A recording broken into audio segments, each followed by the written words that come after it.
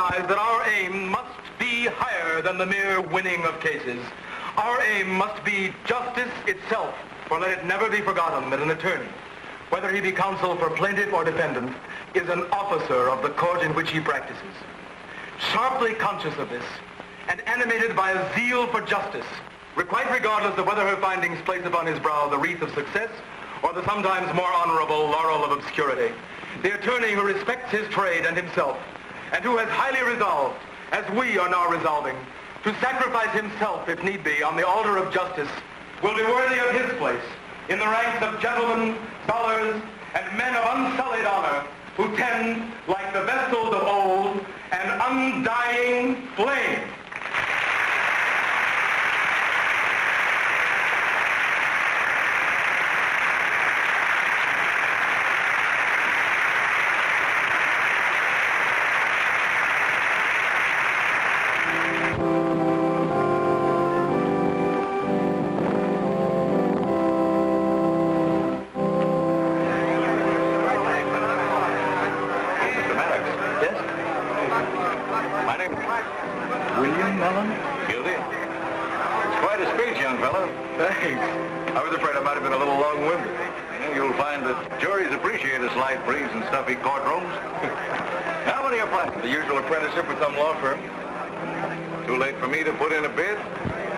I've been trying to lure a class valedictorian into my office for a long time.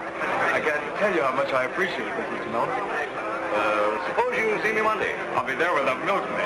Mullen, Dad, I want you to meet Mr. Mellon. I'd like to meet him sometime. I've heard a lot about him. Well, you'll hear more before long, Dan. I've just consented to take a place in his office. Paul, you have. It's a great chance. I can learn a lot from a man like Mellon. Juggling card tricks and everything. I thought we'd agreed that you were going with Ace Stewart. Stewart, Gresham and Stewart. They're still arguing the constitutionality of the Dred Scott decision. They're old friends, Dad, but I want a little practical experience. And I won't get it hunched over books in Stewart's library. He'll be the next district attorney. And I'll be lost in the shuffle. One of a million assistants and clerks. Now, Mellon works alone. That's what I like about it. Paul, Well, Mother, if he really wants to try his hand at criminal procedure, I see no reason why he shouldn't. But I'd have chosen a less spectacular figure than Smiling Bill Mellon. Oh, cheer up, you two. I'm going to make you both proud of me.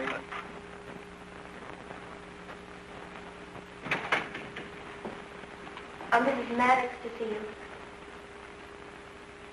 Mrs. Maddox? Show her in.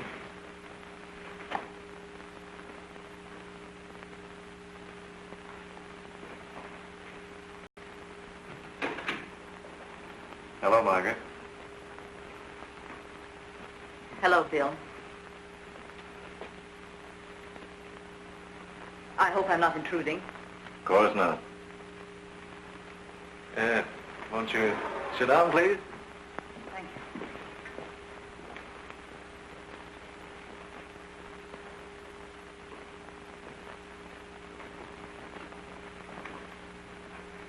I've been expecting you all morning. Then you must know how I feel about your offer to Paul. Don't take that tone, Margaret. You make me feel like the intruder. But why do you want him with you? It's been such a long time, and now suddenly you... You wonder why my fatherly instinct should overcome me? 25 years in Piccadilly when those years happen to be lonely ones.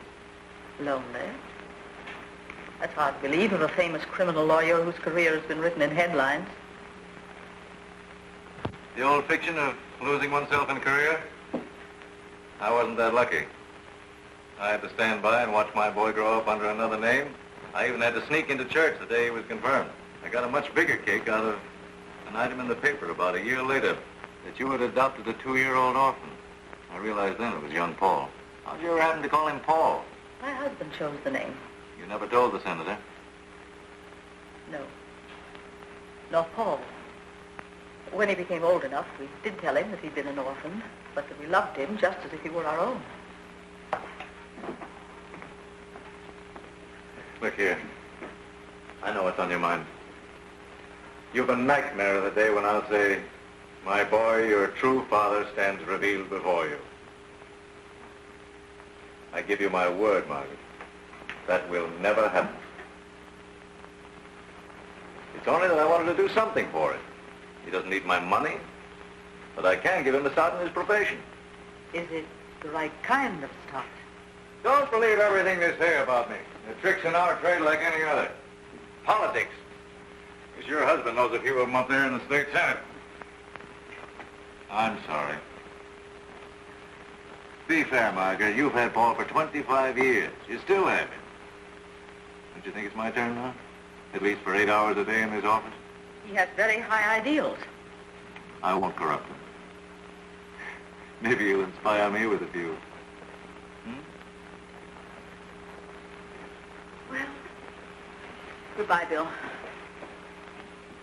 I'm glad you called, Margaret. And don't worry. Please.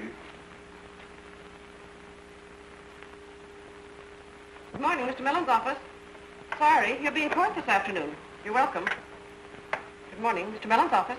He hasn't come in yet. Dell'usiglio mio lo che sarà appartenente, signor. Chi lo figlio mio delle senza qui? Hai capito? Tu parla manco inglese. Non appartenente, solamente all'uso che ha perduto il passaporto. Hai capito? Marito, signor, chi lo zio mi ha da cacciare? Chi sa da fare? Io lo so. Here, sit down. Oh, grazie, signor. Se vede che ammazzate 1000 persone a porta morte, chi non manca la mosca, ammazza. Perhaps I can help you. Ehi, vado dal suo console. Oh, il console! Sì, egli lo potrà aiutare. Nella guida troverà l'indirizzo. Oh, signor, io ti voglio ringraziare 1000 volte, 1000 volte. Ma si immagini. Si spacca subito il console. Arrivederci, grazie. Well, my year in Europe did some good. Thanks very much. Hey, Ann, they got nothing on that Horton Cassidy case down at the library. The chief didn't say what year it was. Horton versus Cassidy? Yeah. That was in 1927. Judge Roth handed down the decision in Greenbury, Massachusetts. Oh, thank you.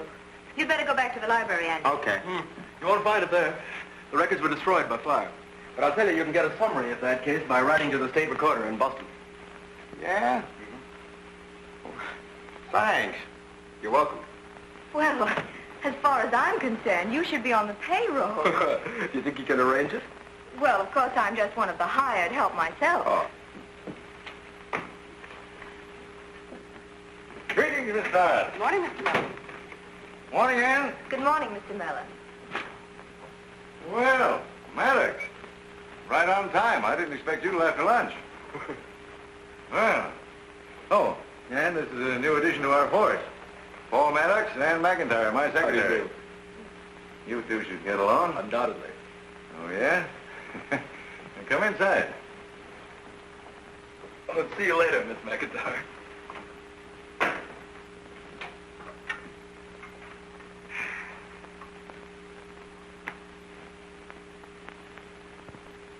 Ah. Yeah. Have a chair. Thanks. Now, cigarette? Yes, thanks very much. Oh, thank you. Yeah.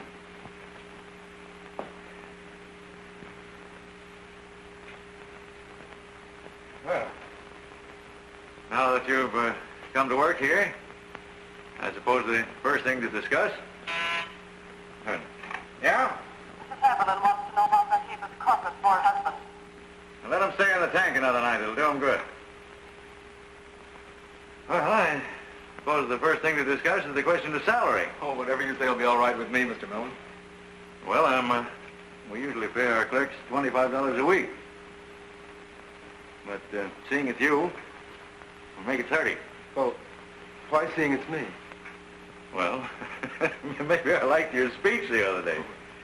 The extra will go for idealism. They tell me I could use a little around here. Let me give you a tip. Don't try to revolutionize the law game, because that's what it is, a game. I know they've taught you a lot of things in textbooks. That's all right. But in practical procedure, you'll find a lot of give and take, Paul. You mind if I call you Paul? No, please do. We're not very formal around here. Excuse me. Now down. Yeah? Ha, got him at last, huh? What's the charge? Huh. Oh, no, not me. I wouldn't touch the case with a cane. Yeah, well, listen, Chet Sawyer's had this coming to him for years. He'll get just what he deserves. Yeah, well, as far as I'm concerned, the court can appoint a public defender. I'll say it's final. Right. Can you imagine wanting me to defend that petty larceny crook? Well, you can't blame him for trying. Morning, boss. They just picked up Jed Sawyer. He's charged with bumping off Joe Hackett. Joe's all bleeding. I know all about it. I know, but you haven't talked to Jed. I just come from seeing him down at jail. All right. Friday, Paul Maddox. He's one of us now. Hello. Oh, yeah. He's offering 25 grand as a defense fee. 25 grand? That's just to come on. He'll raise the ante when the heat gets high. You know, Jed Sawyer's got a lot of enemies in this town. Politicians. I just wonder if I could be wrong about him. He's been a pretty bad boy at times, but yet I wonder if he wasn't framed. He said they did. He says so, does he? Yeah. Maybe I better drop in and have a talk with Jed. He might have a side to it. He just might. And if he's innocent on this charge, I'm not going to let those monkeys hang him. See you later, Paul. Yeah, but... What are you doing for lunch? Why, We'll have it together. Meet me at the Lawyers Club. There goes the smartest mouthpiece this side of West Orange. kind of impulsive, isn't he? Oh, I don't know. He looked pretty good to me. Just my wife and a couple of friends. What are you doing? We were playing bridge. That's it, we were playing bridge. You know, it's criminal, Jed, locking you up like this, when you can prove that you were spending a nice sociable evening at home. A lot of nerve, ain't it? Incredible. You just sit tight and I'll have you out of here in no time. Thanks, Bill. By the way, Jed, you know how to play bridge? Huh? No, I don't. I'll have a man around to teach you in a half hour. You know, this whole business has me worried. Well, not worried so much, just plain confused. The club's valedictorian confused? Don't disillusion me. No, but I don't understand it. She's had me preparing a complete case against Jed Sawyer, proving him guilty. Well, what's so strange about that? He always does it in order to anticipate the prosecution's moves. Oh, yeah, sure, I recognize the strategy, all right, but the trouble is Sawyer is guilty. He must be. I see you convinced yourself. No, only on the evidence. Well, what about the evidence in his favor? After all, you've been concentrating only on one side of the case. Yeah. Oh, anyway, I don't suppose Mr. Mellon would defend this man if he really thought he were guilty. Maybe he would, maybe he wouldn't. Or maybe you just got out of law school 3 months ago. Hear ye, hear ye. Before you get up on a soapbox, I better give this to the chief. Excuse me.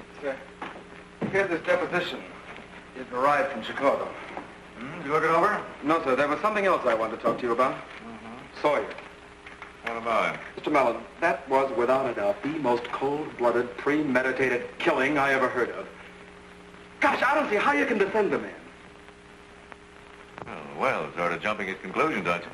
No, sir, I'm not. No, this brief shows. No, clearly. no, you can't always go by what a brief indicates. The evidence may be strong, but it's still circumstantial. That's what I'm here for, Paul. Any second-rater can win an open and shut case. But it takes a smart attorney to get his client out of a real jam. This isn't the first time Sawyer's been in a spot. But he's not being tried for those other times. That's none of our business. If he's committed one murder, he's capable of others. No. Doesn't follow at all. Paul. Yes, sir? You ever throw spitballs in school? What's that got to do with it? 9 times out of 10, you were guilty. But the 10th time was one of the other boys. And when the teacher looked around, whose face was red? The culprit's? No, yours. Did you ever have that happen to you? Didn't you ever look guilty, even when you were telling the truth, just because of those other times? Yeah, I see what you mean. That's what I meant the first day you came here, when I told you not to be too picayune and squeamish. We get a lot of funny birds to defend up here. But no matter how guilty they look to you, just remember we're only aiming at justice. Yeah. How about a workout before lunch? Well, Keep the cobwebs out of the corner. I'd ask you to put on the gloves if it weren't for those gray hairs. Them's fighting words, son. I'm afraid you've bitten off a little more than you can chew, young fella. Talk is cheap, isn't it? That's what I've always said. Should we quit now before there's any serious damage? Well, maybe I better take it easier. You do and you'll get the worst of it.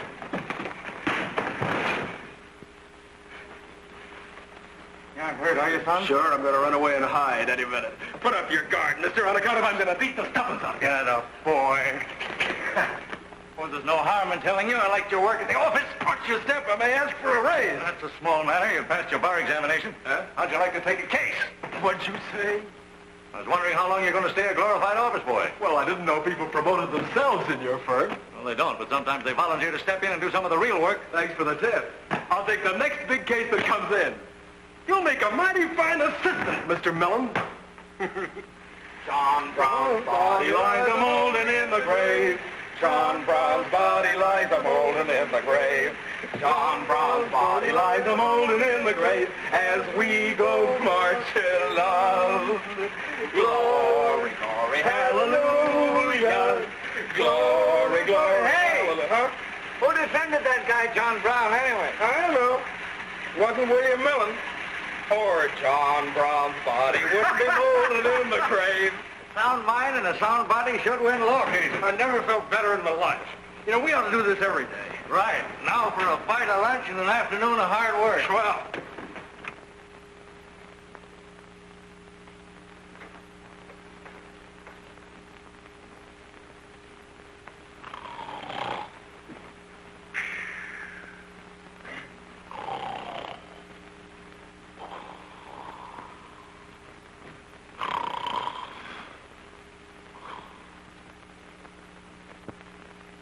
Yes, Mr. Mellon.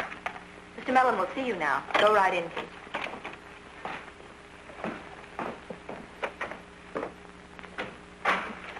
Who's he? A gambler, George Evans. He works within the law, I believe. Just about this much within. What's he doing here? All those people are always getting into trouble on technicalities. They're really quite harmless. I just killed Johnny Harrison. Why? Now listen, Bill. That little rat owes me 24 grand. So I send the boys around to ask Hodge about it. And he says he won't pay off. Says my game is crooked. Now you know, Bill, my game ain't crooked. I've always been a regular guy to anybody that treats me okay. All right. So he refused to pay off. Well, I can forget that. You know, I don't want any trouble. If a guy's a heel, Bill, he's a heel. You see what I mean? I'd know better the next time. But this little cookie gets a snootful and he goes all around telling everybody that I'm a setup. And that I'm too chicken-livered to collect. And all he's gonna do to me if I send the boys around again. He threatened you, huh? Yeah. But this time I didn't send the boys around. You see? I don't want to get this now. I'm mad. He made a laughing-stock of me all around town. See? And maybe there's a lot of other guys that are gonna pull a Welsh on me if Johnny gets away with it. So I'm riding in my car, looking for him. You know where Felsh's pool room is up in the alley, don't you? Mm-hmm. Well, I figured Johnny'd be coming out of there about this time of day. What time of day? About an hour ago, about 4 o'clock. So I parks around his side, and I waits for him. Pretty soon he comes along, alone. Just like I figured he would. Then I let him have it. Wait a minute.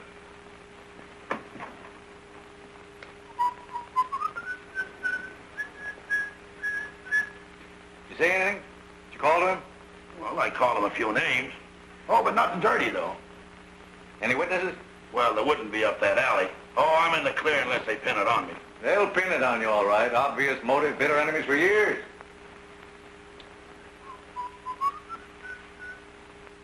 What did he say when he saw you were going to do it? Well, he reached for that pop gun he carried, just as I figured he would. And I let him have it. Dumb skull, if you had to do it, why didn't you let him draw? If they find him with a gun clutched in his hands, I might make a case on self-defense. Oh, yeah. Well, maybe it did happen that way, huh? I hope it did, but don't go back there to see. Now, you go down to headquarters and turn yourself in. They're sure to get you anyway, but it'll make a more sincere impression if you do it yourself. You went out to collect a legitimate debt. Yeah. You were armed because he was. That's right. You were afraid of him because he threatened you. Yeah. When you met him, you had hot words. Sure. He started to draw, and luckily you beat him to the punch. Yeah. Yeah, but maybe they'll say if I was so afraid, why did I go looking for him alone? Just as well you did. Harder to claim self-defense if it had a million mugs with you. Didn't you ever collect alone? Oh, lots of times. Well, then it's customary, especially in this case.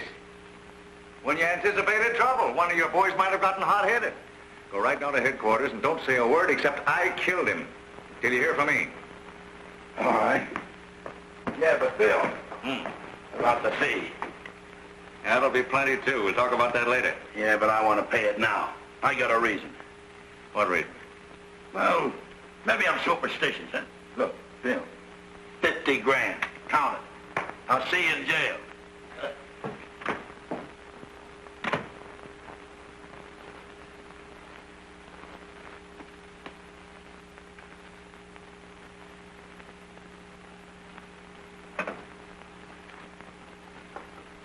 Paul, I'm sending Georgie Evans down to headquarters.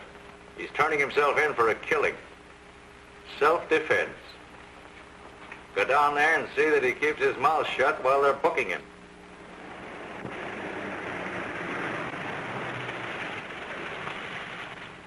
Hey, Johnny, reach for your heater, Slug. My name's Maddox from William Mellon's office. He sent me for a word with his client. What client? Evans. Georgie Evans. Evans hasn't been booked on any charge that I don't know of. Hey, Lieutenant. Look, I'm giving myself up. I just shot Johnny Harrison. Well, this is what I call teamwork. Well, sure. I just called Bill Mellon on the phone. What's funny about that? Why didn't you come straight here, as Mr. Mellon told you? Well, I drove around the park a few times to get up enough nerve. Why'd you kill him, Georgie? What do you Don't answer that, Georgie. Did he welch on you? You don't think I'm... Don't answer that either. All right, boys, book him. Well, you stick with me, kid. Take your hands off of me. What do you... See Evans all right? The lieutenant asked him a few questions, but I wouldn't let him talk. That's the idea. We'll do all the talking. That's what we're paid for. Yeah, but look, wasn't Evans here? I mean, to see you? Sure. I heard his story and advised him to give himself up. Well, that's funny. What is? Well, I got there before he did. And when I asked him why, he said he'd been driving around trying to get up enough courage to face the rap. Well, that was all right, I guess. But the thing that didn't tell he was he said he'd called you on the telephone. What did you say? Nothing about that. He didn't seem to want me to. Good. Come to think of it, he did call me a few minutes after you left. Wanted to talk to me again. Remember Friday? You were there. Yeah. He was afraid I'd changed my mind. Ow. You ain't never enough, Chief. Well, Maestro, if you don't need me anymore. No, go ahead, keep your date. Who is it, Ann? Uh-huh. We're going to hear Stokowski. Where's he pleading? Night court? No, Philharmonic. Good night. Night, All right. Good night. Did you get that? Yeah. Evans didn't get to headquarters till after the kid... Now the question is, where'd he go in the meantime? If he'd stopped off somewhere on the level, he wouldn't have covered up with that story about phoning me. You know, Chief, I wouldn't put it past that mug to make sure you was in his corner by arriving here before the fact. My shirt.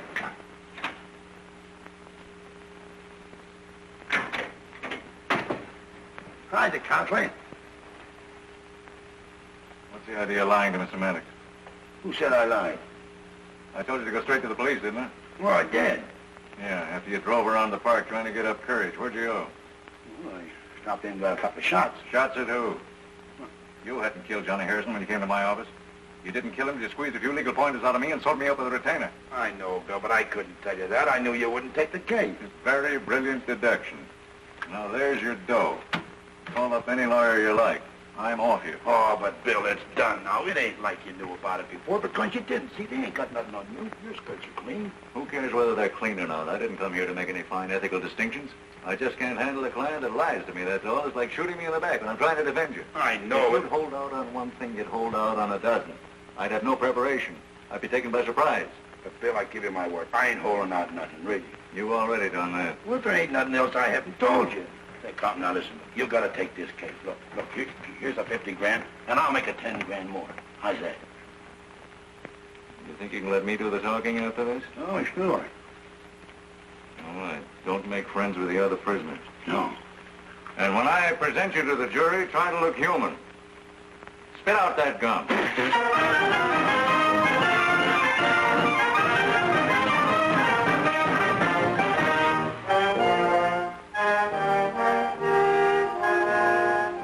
And you didn't listen after that meeting? No.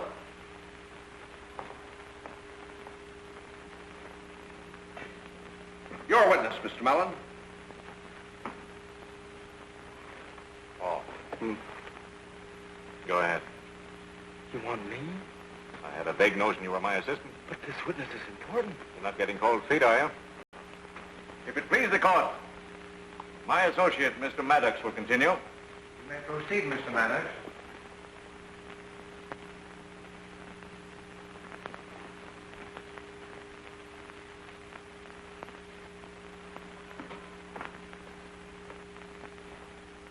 11-1 for acquittal, and the district attorney may drop the case. Another hit for the William Mellon production. With front door credit for Paul Maddox beginning tomorrow.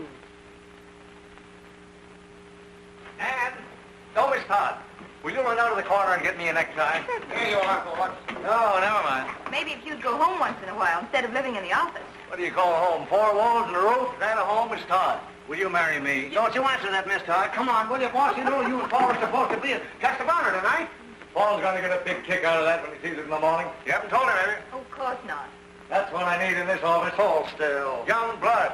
Someone to take some of the responsibilities from my shoulders. Oh, you talk as though you were 80. That's right, 80. He's 80 minutes late. Come on, will you, boss? Get going. The cab's waiting. Oh, yeah. Good night, everybody. Good night. Boy, what a great break for that kid. Mr. Mellon thinks a lot of him. Well, that just about makes it unanimous, don't it? Take it from me. If you ever get in a jam, and you need a friend, and the skies is gray, and you don't know which way to turn to those two swell mouthpieces, Mellon and Maddox. Wait. Now, the jury might be hung, but you won't never be.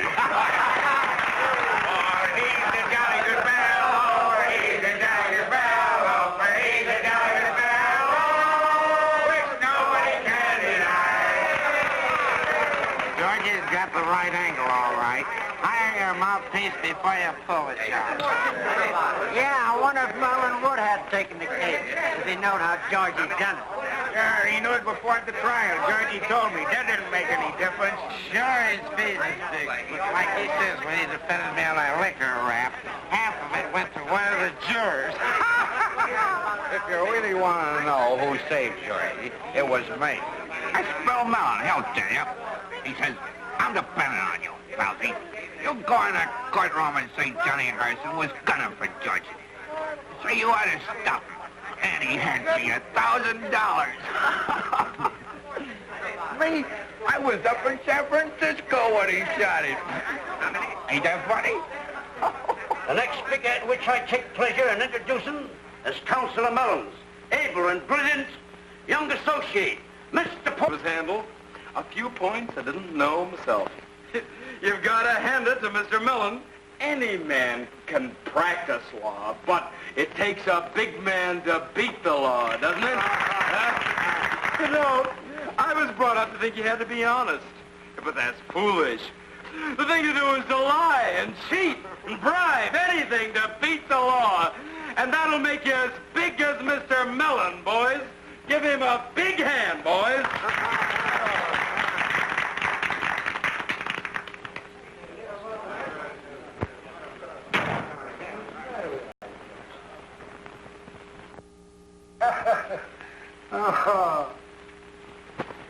And I only realized what he stood for in the profession, but that I'd been made party to the defense of a worthless killer, examining witnesses who were bought and paid for.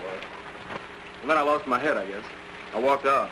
And you suspect... As blind as a 2-year-old, the glamour of Bill Mellon was a little too much for me, I guess. I should have told you all I know about that man. That's all right, Dan. I don't regret the experience. I learned a lot of things from Mellon. Know your opponent's strategy, anticipate his moves. What do you intend doing, Paul? Well, I thought about that driving up here. I think I'm going to go into practice for myself. Good. Well, Father, Paul, lunch. Hello, Asa. I'm glad to see you. You remember this young man, Asa? Hello. This young fellow gave you a licking yesterday before the bar of justice. Father, don't embarrass the district attorney. Oh, it's quite all right. District attorneys lose now and again, believe it or not. Fine work yesterday, Paul. Oh, I am sorry, Mr. Stewart, but frankly, I enjoyed it. Asa, will you sit over there? Mr. Senator there, and Paul here beside me. You know, Asa, Paul's told me he loved district attorney served raw for lunch. You expected a conviction yesterday, didn't you, Mr. Stewart? Well, we thought he was guilty. Mellon's always been a hard man to lick. Even harder with you in his court. Thanks. And you might be glad to hear that I've left his office. Oh, what happened? Nothing. I just wanted to change, that's all. I hope it was nothing personal. No, of course not, Mother.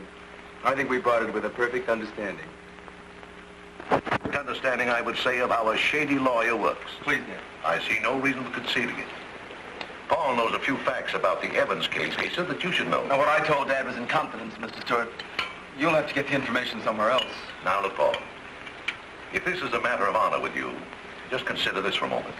The Evans case is typical of the corruption running through our entire state court system. I realize that now perfectly. The bar'd be a lot better off with Mellon and everybody like him driven out of the business, but I don't think it's my place to do it. Neither do I, darling, under the circumstances. Don't you think your Senate investigating committee is enough? Step in the right direction, but I doubt if it's enough. What do you suggest? Oh, well, I'm not the person to... Paul, I don't understand it. You're at a peak on the other side of the fence. You know what we're up against. You even grow indignant over it. You say you believe in the practice of honest law, and yet you refuse to help us.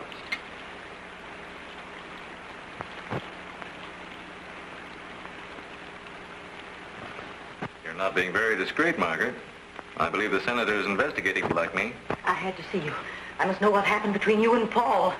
Just as you said, Paul has very high ideals. Guess he didn't approve of the old maestro's methods. I see. But I never dreamed he was capable of such bitterness. I got a dose of it. It's my one consolation. You can't hate anyone without liking them a little. I'm afraid, Bill. You started something.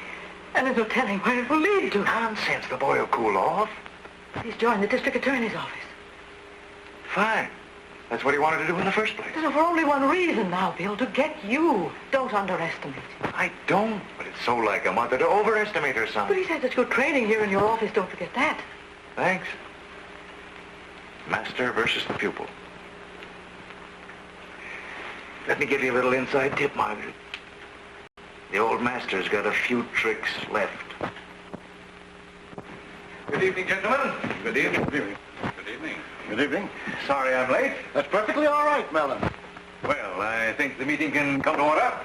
Now, there's no sense stalling. We're all on the spot, and we might just as well face it. You mean do something? Of course. I suggest that we all chip in and fight this thing tooth and nail. How? How? There must be a way. Are there any more concrete suggestions? Well, suppose you gentlemen be seated again. Let me inform you first that your chairman has already taken some action. It seemed only fair that since the senatorial committee was showing such a great amount of interest in us, almost a sneaking curiosity, I would say, that we return the compliment by doing a little investigating in the committee. Great! Now that's the sort of thing I mean. Yeah. Send in Mitchell. Gentlemen, Mr. Mitchell. Mr. Mitchell is a craftsman in his own line. He may be able to give us a little data on Senator Healy. First, we'll see what who's who has to say about him. And Healy. Here we are.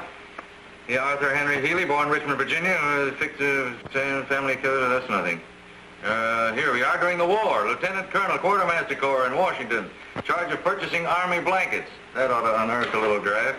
Elected to Assembly, 57th District, 33 terms, Chairman, State Parole Board. You might do something there. What about money? Give you $1,500 to cover anything you have to pay for. Give you the rest when you deliver. Miss McIntyre, make out a check to Edwin C. Mitchell. Name is Clark this season. Correction, Edwin Clark for $1,500. That's the limit. You've got 30 minutes to grab that night plane north. 30 minutes? Good hunting. Was that your idea? Exactly. Excuse me, Mr. Stewart. Did you want me? You're handling the Kramer case, Maddox. Alone? It's promotion. George Evans starts today for San Quentin in the death house. I hope we could go after Mellon himself for taking the case before the crime was committed. Well, he didn't know about it at the time. Of course, when he found out, he should have dropped the case as any self-respecting attorney would have. But there wasn't sufficient proof for disbarment proceedings. Better luck next time. Think you can lick him in this Kramer business? If anybody knows his tricks, I ought to. That's what I'm gambling on. Of course, I'd be accused of playing favorites on account of your dad, but it doesn't matter if you get a verdict. Mr. Eli will give you all the data. Yes, sir. Thank you.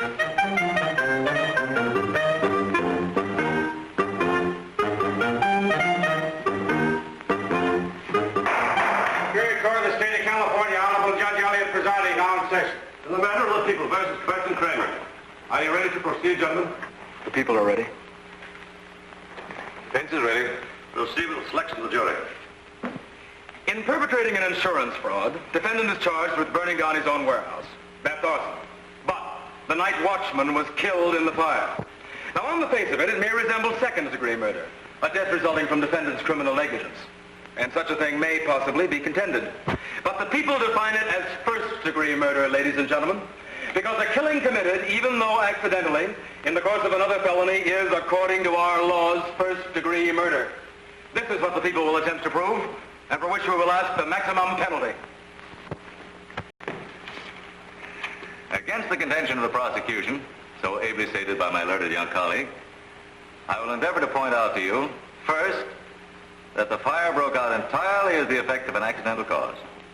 Second, that if the cause was not accidental, the defendant couldn't have started it because he was out of the city. Third, that if the defendant did start the fire, he is not guilty of murdering the watchman whom he was paying to stay awake and put out fire. You're all right, Jack. This is unheard of.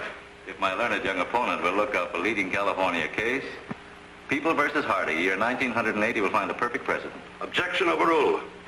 Thank you, Your Honor. And the repair job was only 5 days before the fire. That's right. Your witness.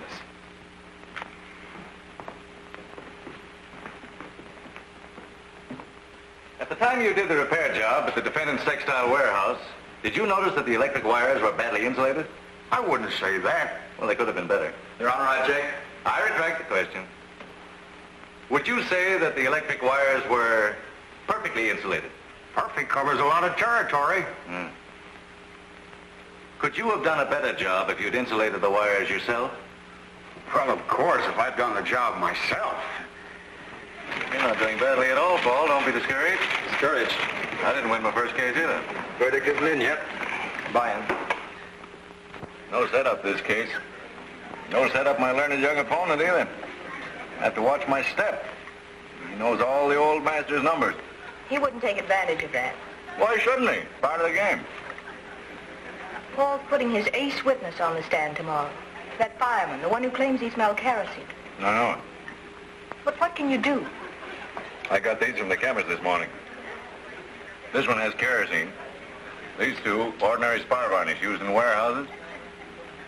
The varnish fumes linger in the air a lot longer after a fire than kerosene. And a bloodhound couldn't smell the difference. When I spring these tomorrow, the courtroom may be crowded. But I'm afraid Paul's going to feel awfully lonely. Was the building entirely ablaze when you arrived at your outfit? It was. Did you go right in? Well, at first I helped to uncouple the hose. What'd you do after that? As soon as we got the water going, the chief sent some of us in at the side door. We had to use our axes. Did you have any trouble getting through the smoke? No, most of it was going up the elevator shaft. There wasn't much on the ground floor. So as soon as you broke in, you smelled the kerosene? All over the place. Are you quite certain it was kerosene that you smelled? Oh, sure. The other guys smelled it, too. And they all agreed it was kerosene? That's what they said. Your witness.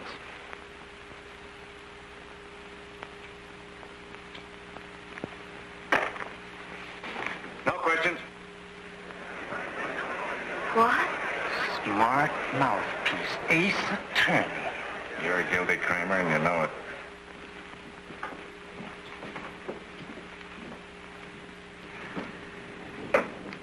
Mr. Mitchell to see you. Right on the dot, 3 hours late. Plane was delayed. You should have seen the fire. All right. Now, you and Miss Todd run along home. Go on. Good night. Good night, Mr. Miller. All right, what'd you get? On Haley? Might as well try to pin something on Abraham Lincoln. But there are a couple of other monkeys down there that are backing him and they pack a lot of weight. All right. Corporal from the border district. He owns a gambling spot on the other side of the line. Here's another Armstrong. Been overseas during the war, married a dame in England, divorced her in Latvia.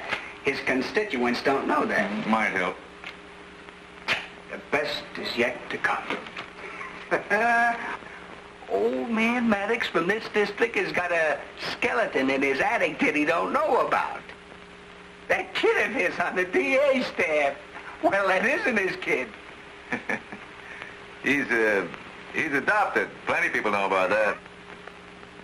But Mrs. Maddox is the real mother, which makes the case slightly different. You're crazy. You think so? Well, I spent plenty of your gold to get these records swiped.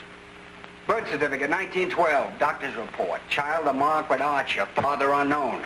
I got the serial card from the orphanage. She entered him under the name of Bowman, which is the same as Archer. Do you get it? Let me see that.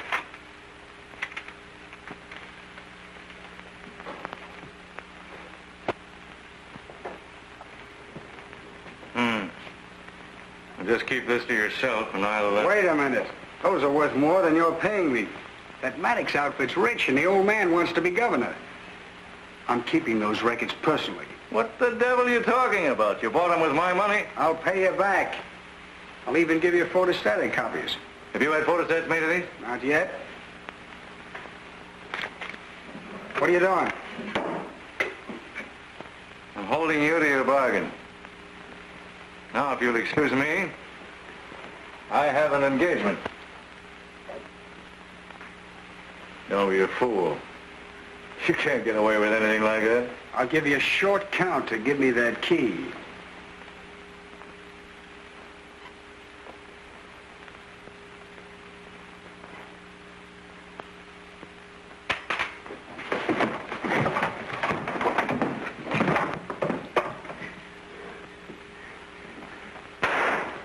Let's go.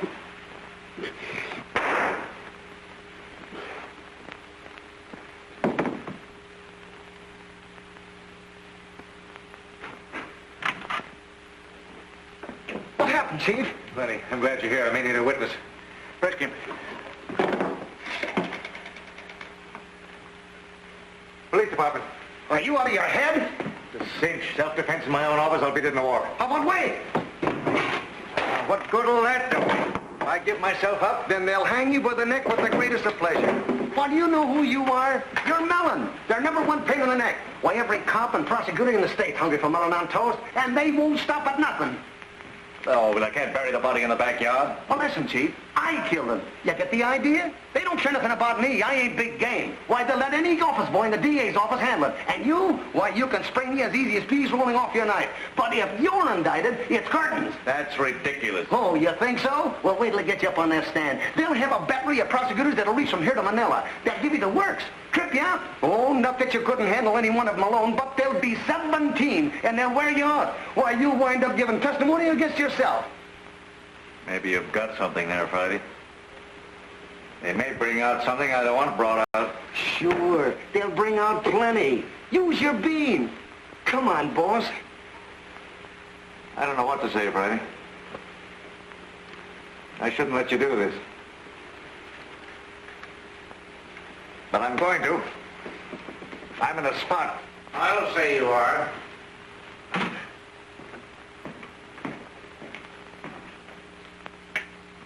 Understand your own beef, Mr. Mellon.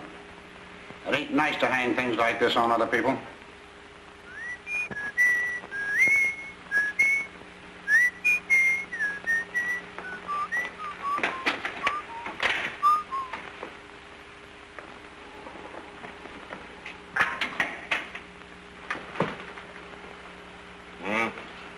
Pleasant, cheerful sort of visitor, aren't you, huh? What's all the fuss about? I can't believe you killed him. I did. It was kill or be killed. Well, then they can't convict you. That's self-defense. I just had a long conference with my lawyer. He's quite confident of the outcome. Lawyer? William Mellon, you ever hear of him? Rather long in years, but still pretty active, I'm told. You don't actually mean you're going to handle your own case? Well, actually, no. I've hired ex-Judge Parker as my associate in my defense. But I'm still chief of counsel. There are some things I must tell you, lawyer. Yeah. You'd be very glad to hear it. Won't you sit down?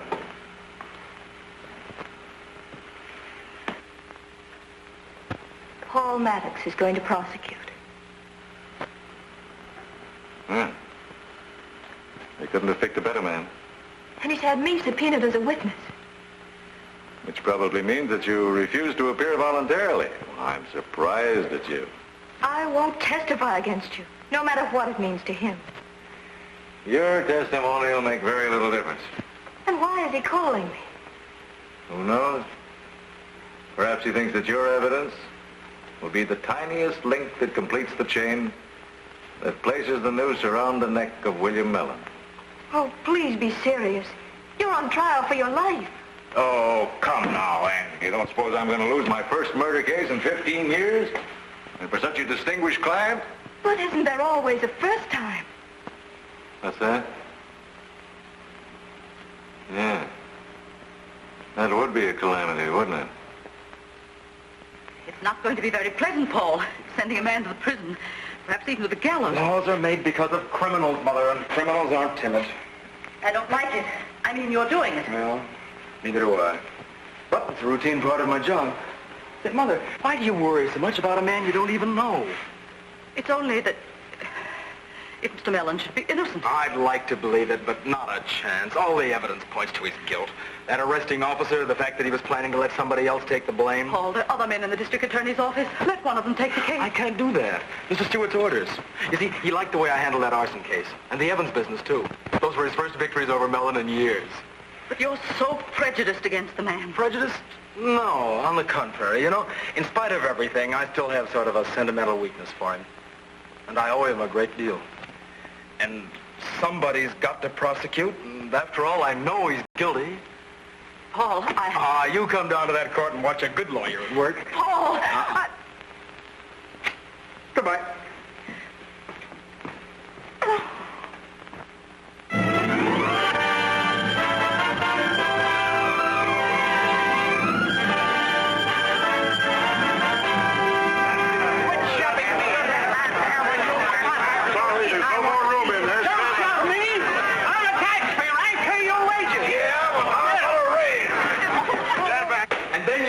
Take the blame. Why? Because I knew you guys were itching a harpoon of boys. With me, I figured you wouldn't get much attention to it. You're quite wrong. I'm going to give you a lot of attention, Freddie. Where were you when Mitchell came into the office? Around the corner getting some cigarettes. And where were you when you heard the shot? Well, coming through the door in the waiting room. Then what'd you do? Well, I ran in Mr. Mellon's office. Will you please describe to the jury exactly what you saw at that moment? Well, Mr. Mitchell, he was lying on the floor, and Mr. Mellon was just getting to his feet. It looked like there'd been a struggle. Was there any doubt in your mind that Mr. Mellon had killed Mitchell accidentally or deliberately? Sure, he killed him. He said he did, didn't he? Thank you, Friday. Your witness, Mr. Mellon.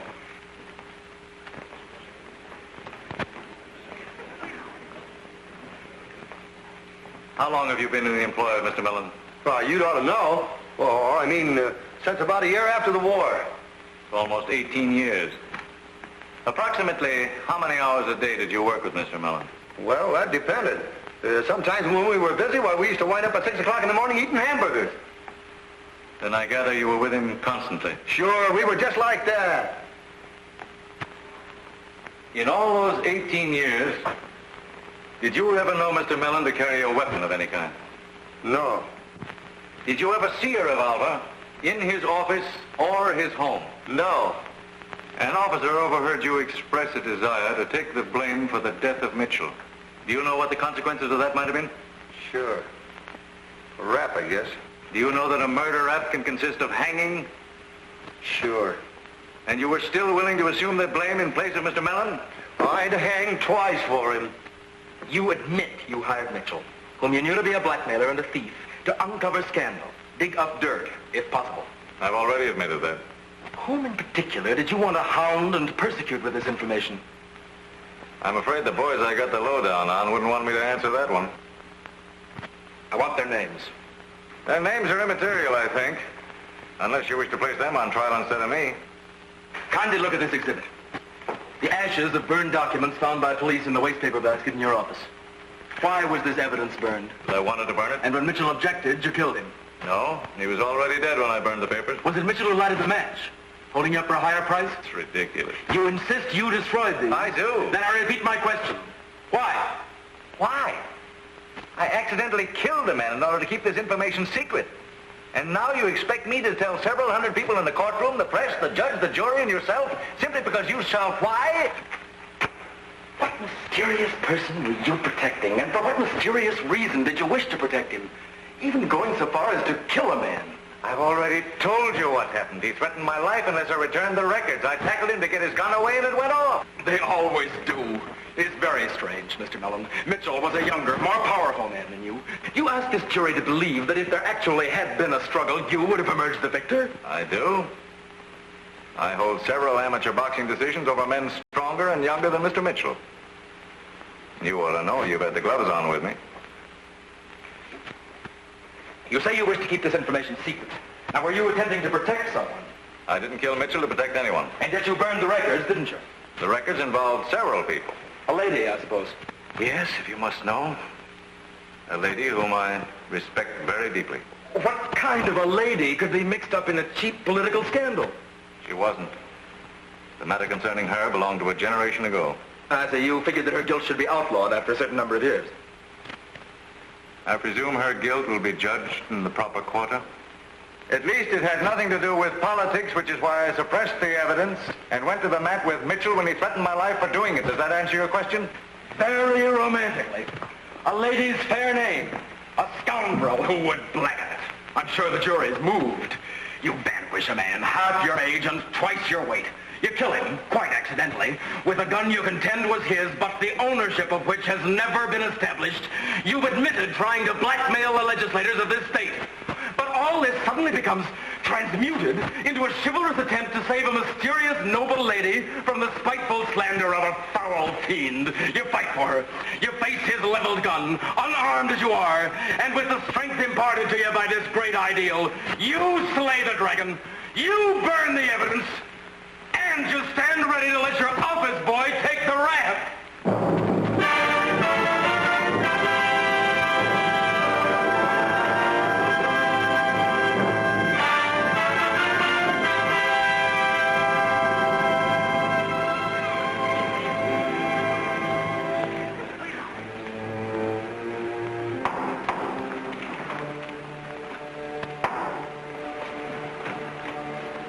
Ladies and gentlemen of the jury, have you arrived at a verdict? We have, Your Honor.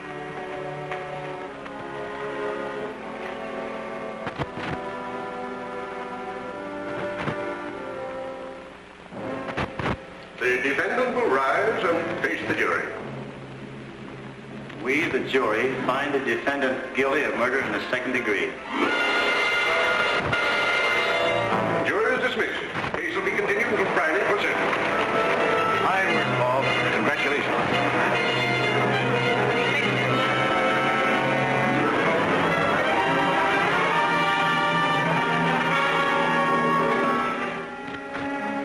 Visitor, Mr.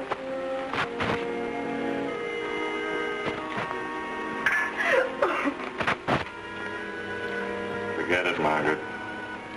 Please. I can't. I told the senator. You shouldn't have done that. He understands. He won't let you do this to protect me. I must tell Paul. Margaret, don't. Be the biggest mistake of your life. I made that mistake years ago. Do you think by telling the truth now it'll relieve your conscience? You're braver than that. But you're going to prison. Prison? That's the easy way. Your sentence is harder, longer. You must remain silent. I begged him not to take the case. I'm glad he did. The law should be practiced by men with clean hands. My way wasn't the right way. The profession will be a lot better off with me out of it. Listen, Margaret. I want you to promise me you're never going to tell him. It'll spoil his life. I can't. Margaret. Come now. Your word. Listen, I won't enjoy prison a minute unless I know that you're going to see this through.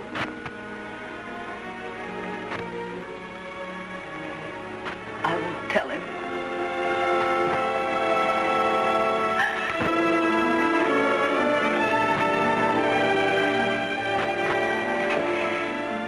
Don't go sending me any cigarettes. I'm trying to break myself of the habit.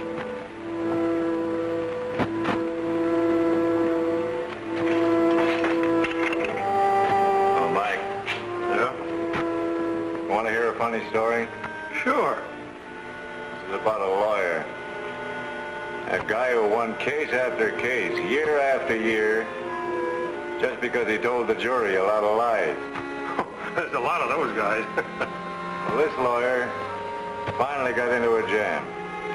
He was up on a murder rap himself. That's funny, all right. Yeah, wait a minute. He could have gotten out of this all right by just telling the truth.